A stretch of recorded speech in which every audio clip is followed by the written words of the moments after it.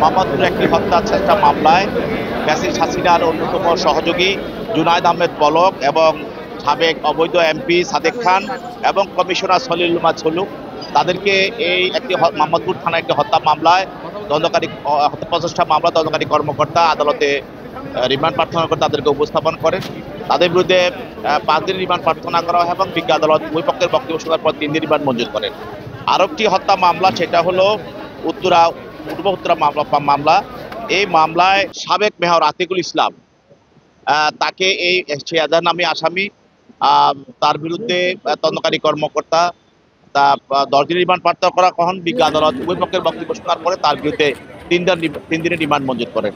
এছাড়াও বিভিন্ন মামলায়, রাজধানীর বিভিন্ন হত্যা মামলায় সাবেক আইজিপি চৌধুরী আব্দুল মামুন এবং তারপরে মশিউর রহমান এবং কামাল আহমেদ মজুমদার সহ আরো অনেক কয়েকজনকে বিজ্ঞ আদালতে বিভিন্ন মামলায় শুনানি দেখানো হয়। আসামি জুনায়েদ আহমেদ পলককে 5 দিনের রিমান্ড চাওয়া হয়।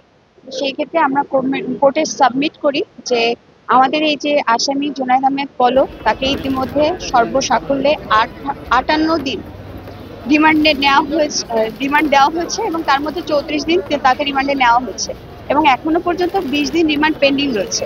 এবং আজকে যে মামলাটাতে তাকে রিমান্ড চাওয়া হয়েছে সেখানে 5 দিনের রিমান্ড চাওয়া হয়েছে। সেখানে ওনারা বলছেন যে একজন আসামিকে তো বারবার রিমান্ডে নেওয়া হচ্ছে।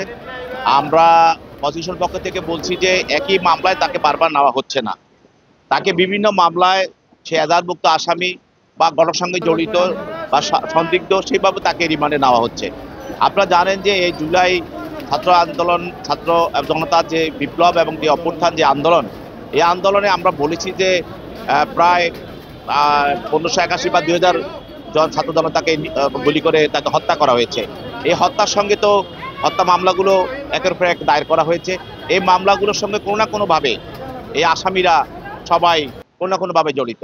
আমি একটি কথা সবসময় আপনাদেরকে বলি, আপনারা জানেন যে ক্রিমিনাল কনস্পিরেসি, যে অপরাধমূলক ষড়যন্ত্র, এই অপরাধমূলক ষড়যন্ত্রের সঙ্গে তো পলক সহ সালমান প্রমাণ, আনিসুল হক, যারা হাসিনার সঙ্গে বসে, তারা গণভবনে বসে এই যে মেনন, ইনু সহ এবং আমিরুল আমু এবং আরো যারা আপনারা দেখছেন যে তারা সেখানে কনস্পিরেসি করেছে ষড়যন্ত্রের সঙ্গে।